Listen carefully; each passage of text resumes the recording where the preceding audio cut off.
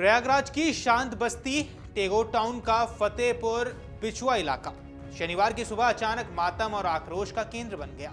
एक ऐसा दृश्य यहां सामने आया जिसने पूरे मोहल्ले को हिलाकर रख दिया। 17 वर्षीय छात्र आशुतोष प्रताप गिरी का शव उसके ही कमरे में फंदे से लटका हुआ मिलता है।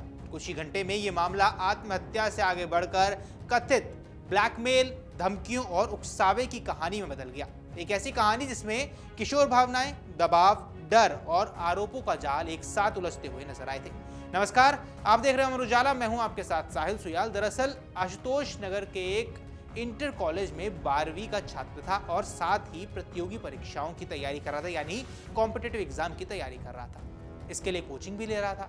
उसके पिता विनोद कुमार गिरी होमगार्ड में है और PRV डायल 112 में ड्राइवर के तौर पर तैनात है। परिवार सामान्य जीवन जी रहा था। विनोद के 2 मकान हैं, एक में परिवार रह रहा था जबकि दूसरे में आशुतोष अकेला रहता था। क्योंकि विनोद की बहन की तबीयत खराब होने पर बाकी सदस्य अस्थायी रूप से दूसरे मकान में चले गए थे। अब शनिवार सुबह करीब 6 बजे विनोद बेटे को जगाने के लिए पहुंचते हैं। कमरे का शटर अंदर से बंद था। कई बार आवाज देने पर भी कोई प्रतिक्रिया सामने से नहीं मिली। जब शटर उठाया गया तो सामने जो दृश्य दिखा उसने पिता के पैरों तले जमीन खिसका दी। आशुतोष फंदे से लटका हुआ था। सूचना मिलते ही पुलिस और फॉरेंसिक टीम मौके पर पहुंची। कमरे की तलाशी ली गई लेकिन कोई सुसाइड नोट वहां नहीं मिला।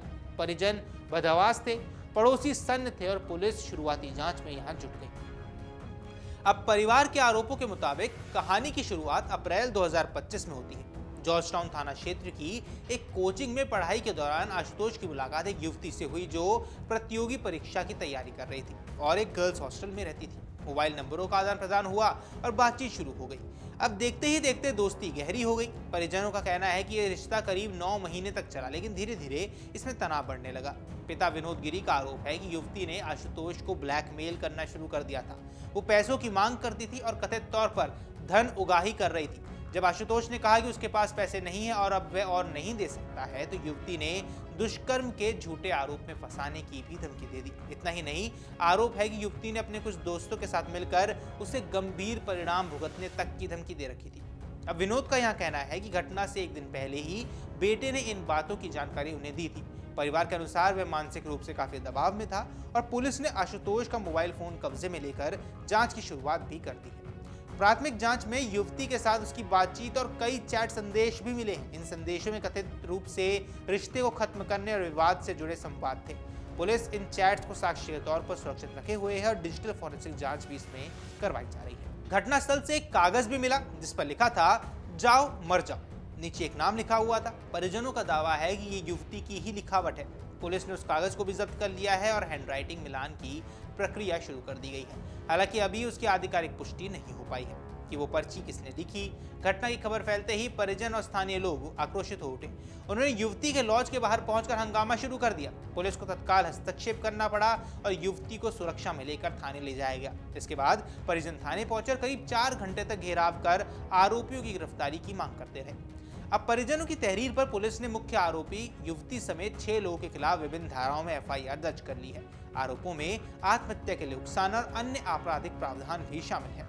मामले की जांच SP कर्नलगंज राजीव यादव के नेतृत्व में की जा रही है। परिजनों की माने तो वैलेंटाइन डे के दिन दोनों के रिश्ते में अंतिम दरार आ गई थी। बताया जा रहा है कि उसी दिन किसी बात को लेकर विवाद हुआ और उसके बाद से बातचीत में कटुता बढ़ गई। 9 महीने का रिश्ता अचानक तनाव, आरोप और धमकियों के घेरे में आ गया।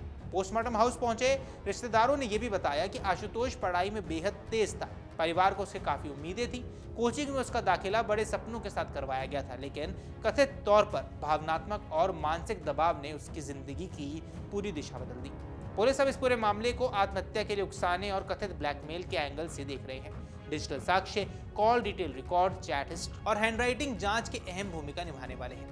युवती मूल रूप से प्रतापगढ़ की रहने वाली बताई जा रही है और प्रयागराज में रहकर प्रतियोगी परीक्षा की तैयारी कर रही थी। फिलहाल पुलिस ने सभी आरोपियों से पूछताछ शुरू कर दी है। ये भी जांच की जा रही है क्या वास्तव में धन उगाही हुई थी, क्या धमकियों के प्रमाण हैं और क्या मानसिक उत्पीड़न का स्तर इतना था कि उसने आशुतोष को ये कदम उठाने पर मजबूर कर दिया।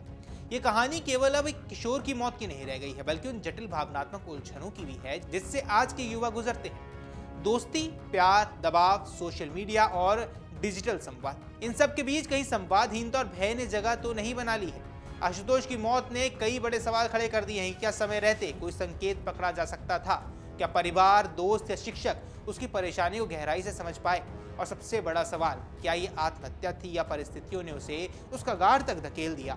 जवाब फिलहाल जांच के दायरे में है, लेकिन टैगोर टाउन की वो सुबह हमेशा याद दिलाती रहेगी कि कभी कभी खामोशी के पीछे एक तूफान भी छिपा होता है और जब वो तूफान आता है तो सब कुछ तबाह कर देता है। ऐसी ये कहानी आशुतोष की भी रही है। बाकी आपको क्या कुछ लगता है हमें कमेंट सेक्शन पर जरूर बताएं। फिलहाल के इस वीडियो में इतना ही। नमस्कार। अगर आप ये वीडियो YouTube पर देख रहे हैं तो हमारे चैनल को सब्सक्राइब कर बेल आइकन दबाएं और Facebook पर देख रहे हैं तो हमारे पेज को लाइक करें।